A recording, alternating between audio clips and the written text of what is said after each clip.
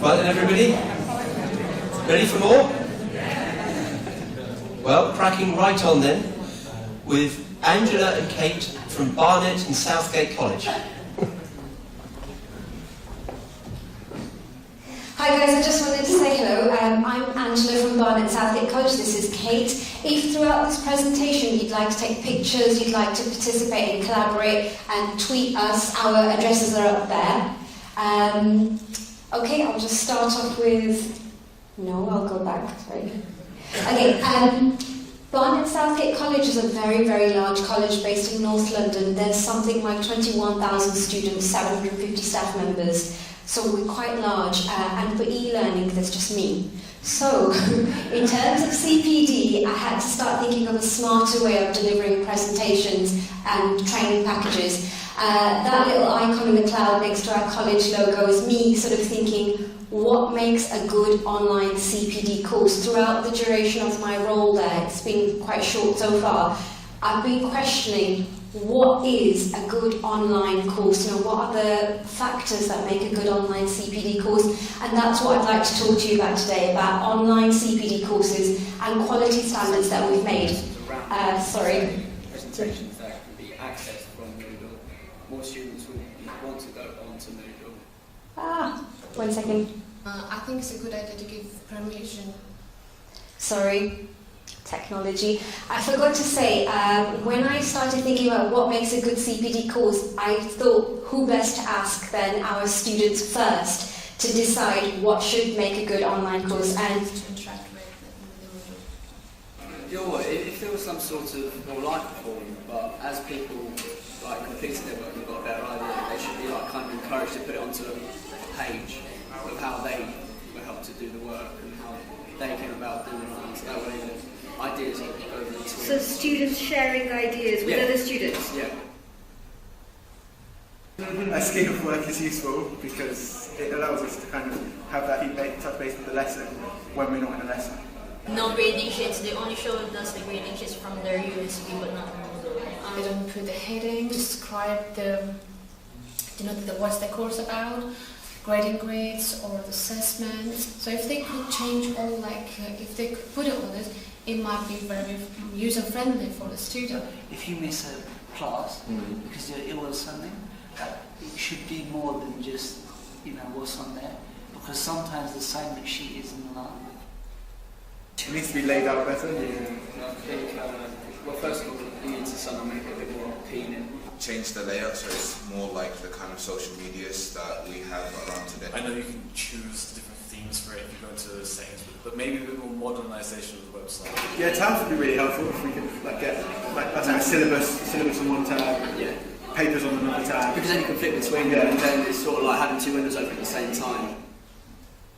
But if it was something where students could go to and do more stuff than just looking at sources, looking at resources and everything, I think if it was something more than that, there'd be much more activity on Moodle. It's that kind of website where teachers have to do a little bit of studying on it. okay. So that's a little bit of feedback from students saying what they thought Moodle has the power to do. Some of them are DigiDesk advisors, so they've got the back end, so they see the same as teachers, so they've been giving some feedback. Then I started thinking, actually, to make a good online course, what do the sort of teachers think? But before I move to that, I just want to say Benjamin Franklin's quote here, which is, "Tell me and I forget, teach me I may remember, but involve me and I learn." Those learners were asking to be involved. They were asking for teachers to share permissions with them. They were asking to participate in forums. So that leads me on to the next bit, which is looking at what the teachers do on their courses. And I noticed that the majority of teachers were right over here. They were using Moodle as a repository. What they were just doing was what Benjamin Franklin said, I see. They were just showing the resources. Some teachers were involving the learners and letting them participate and do something. The very, very good teachers, and there weren't many courses, were allowing the learners to be involved and create things themselves autonomously. So those were the three styles that I found of the types of things that were happening on our Moodle. Then I started thinking, well, what is the learner doing online? What's their role in all of this? And I found actually you've got active learners, engaged learners, where we really want them to be is autonomous, where they can learn independently from the lesson so they can do whatever it is that they need to learn outside of the session. I started looking at what's already out there in industry, so who's got models, who's got examples. I spoke to the Moodle mailing list that goes around with JISC champions, and I started talking to them, and this is what I found, the 3 framework. So this is by Napier University's, their TSET model of enhance, extend and empower. What they're basically just saying is we need to make sure that the learners are at that very bottom where they're empowered, so that they're autonomous and learning independently and confident. Then I realised, okay, well, we need to think about this, and we need to start figuring out standards that show where sort of our courses are online on Moodle. And then I thought, okay, we've got gold, silver and bronze, so we decided to call it gold, silver, bronze. It's a bit easier to understand than enhance, empower, and the other one. Okay, so I'll just move on from this. I came up with this. In the centre you've got gold, bronze and silver. I'll start with bronze. Bronze, the learner's active. In there, the teacher's using it as a repository. This is their Moodle course. An example of an activity that you'd see in a bronze course would be the teacher's added a vocabulary online and the learners are only looking at it. In a silver course, students are interactively using it, so is the teacher. Students can now add their own definition to the glossary. But in the gold example, the learners are autonomous, they don't need the teacher. They're the ones that make the decision that, well, we need a glossary for this. Why are we relying on the teacher to make that for us? Why don't we do it ourselves? And in this one, they have their own permissions to create their own projects, their own glossaries, for example. So this was the basic model, and I used TSEP's principles of enhance, extend and empower to put things together mapped in a wheel. Moving on from that, I realised, well, okay, we can't just have a wheel, we need to really look at what's happening inside the Moodle course. Then I started looking at 5 of these factors to measure a course. I started looking at course information, so what are they telling the student about the course? How often is the teacher and the student accessing this course, so looking at the reporting behind Moodle? The format and the design, you heard some of the students saying it needs to look more like social media, it needs to look a bit more modern, it needs to be collaborative, you could be using tabs, you could change the theme. So we're looking at the design, also communication as well. And lastly, what resources are they using? Basic resources, advanced resources. And then I came up with this. Okay. So basically, you've got your bronze, gold and silver.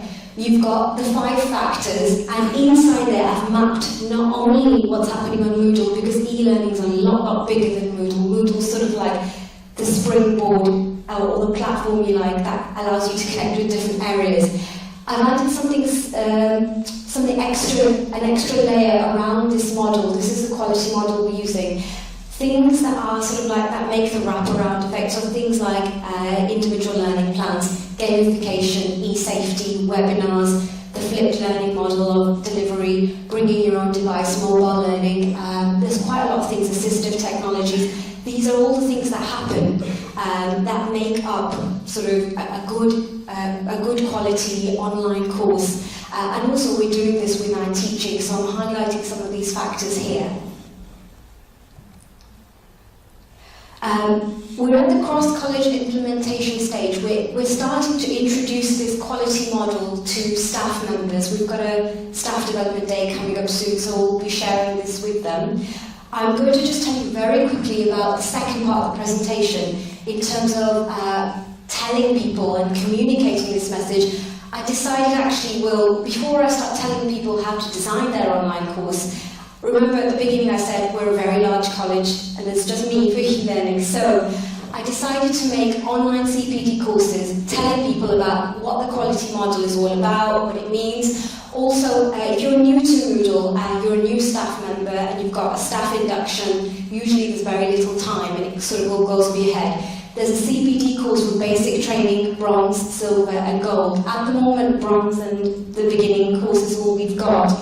In a typical course, you've got learning outcomes. So this is a screenshot of my bronze training course. You've got resources with chapters, video screencasts, handouts. There's a time-limited quiz. So you've got step 1, 2, 3. The quiz is as many tries as you want to try. At the end of doing the CPD course, you complete an assessment activity. Lastly, you've got feedback, so that's sort of like our staff evaluation process where they tell us how we can improve. There's also a video for each of these training courses at the beginning that explains what you're going to find, why you're doing this training, what bronze means, so that it's not just text. There's a lot of video there as well. The kind of online course features and benefits, some of them are quite obvious. I can reach a lot of staff members easily. I don't have to wait to book an appointment with someone and say, welcome to the college, you know, let's meet, let's arrange time when you're available. They can just do it themselves. It saves costs, especially printed material. It increases the quality of standards for blended learning courses because we're educating staff members what makes a good course. Also improves the digital literacy of the workforce, so I'm helping to raise the digital literacy. And also people don't need me. Anyone can pick up this online course and say, hey, welcome to the college, do this. Or actually we want to be at bronze level, or I need to try and be at silver level, what can I do? They can dip in and out when they want. You've got automatic assessment and tracking with data from quizzes. I've chosen this very famous icon of Mr. Burns saying, excellent, well done, you got 10 out of 10 or something. It's a self-marking system so that staff can go back and review anything that they got wrong. The process is complete it at your own pace. Revisit as many times as you like. We're looking at trialling something which is an online tutor support period where I'd be available for like an hour a week, for example, say, hey, I'm online, if you have any questions, contact me. Also, there's forum support, so they don't need to rely on me as sort of like a vehicle to give them the answers. They can ask each other and go onto the forum and find information. And finally, when they complete the training package, they've got a tangible outcome. They've got a certificate that tells them that they've done this, so they can show this to their manager or whoever's going to basically review this. There's a lot of departments that have been involved in this, not just e-learning, so I've just listed some of them here. And I think now I'm going to pass you over to Kate, who's going to talk to you about staff feedback. Hi there, my name is Kate James and I am a childcare lecturer at the college. I also have other roles which include teaching and learning coach, e-learning champion. I also course lead level 1 childcare group from 16 to 19-year-olds and mature students. Prior to coming to this event, I started to reflect on my own ICT skills, and believe it or not, 10 years ago I couldn't even send an email.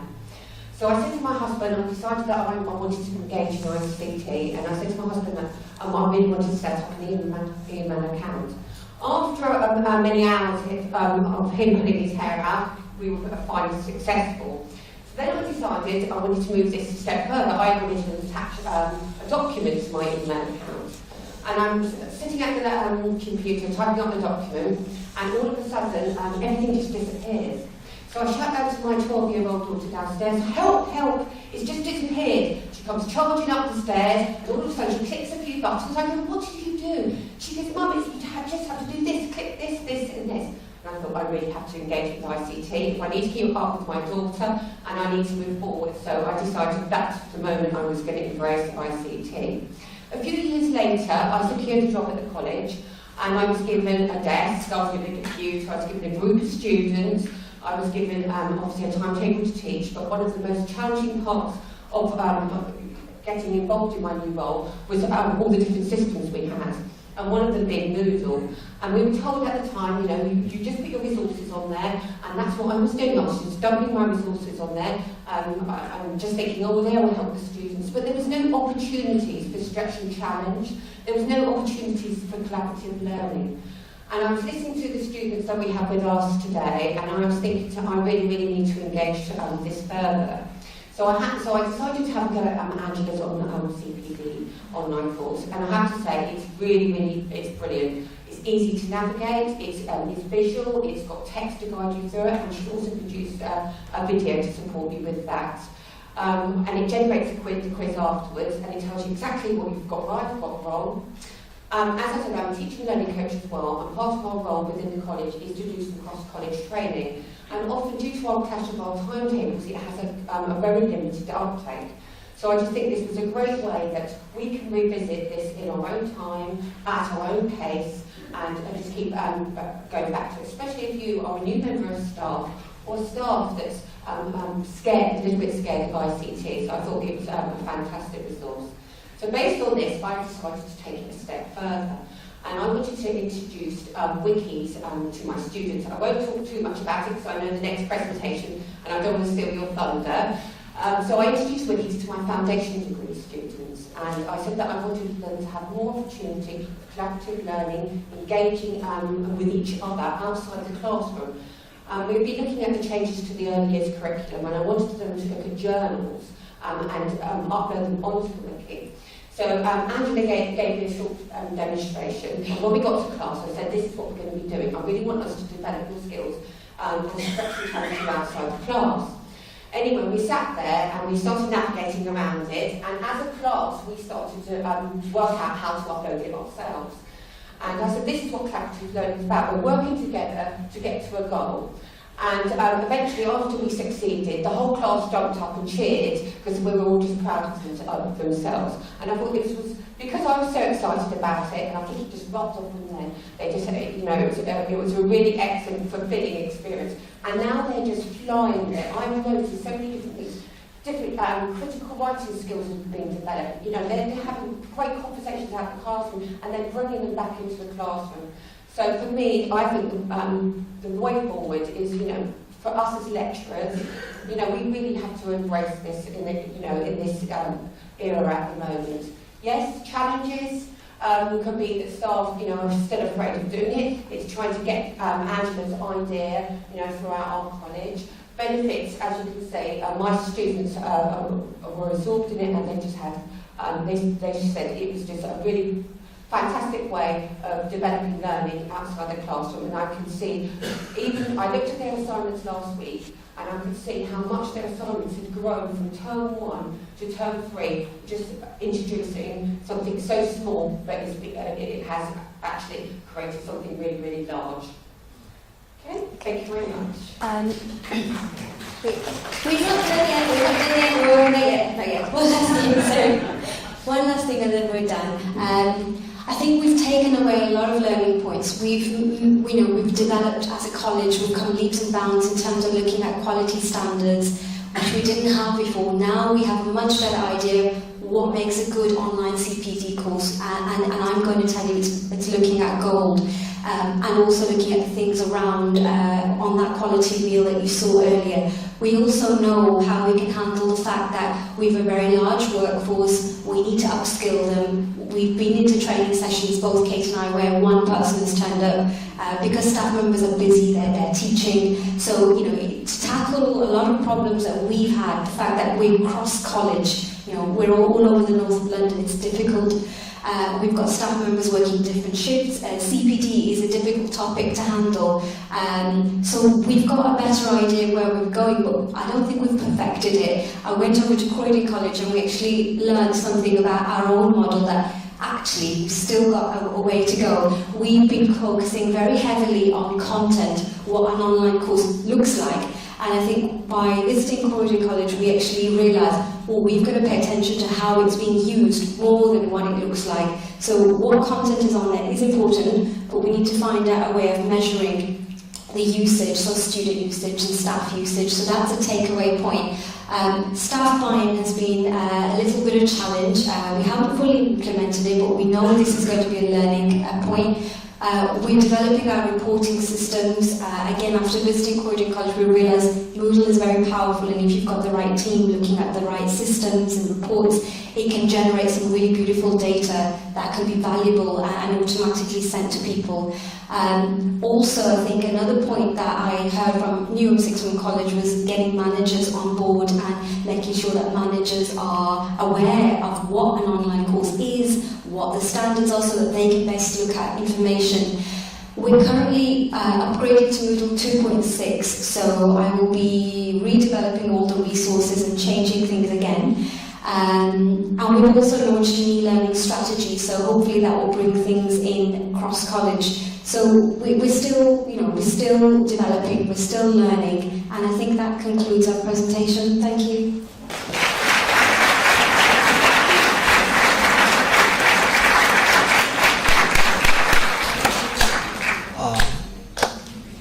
Well, thank you so much, Barnet. I mean, blimey, that was awesome, wasn't it?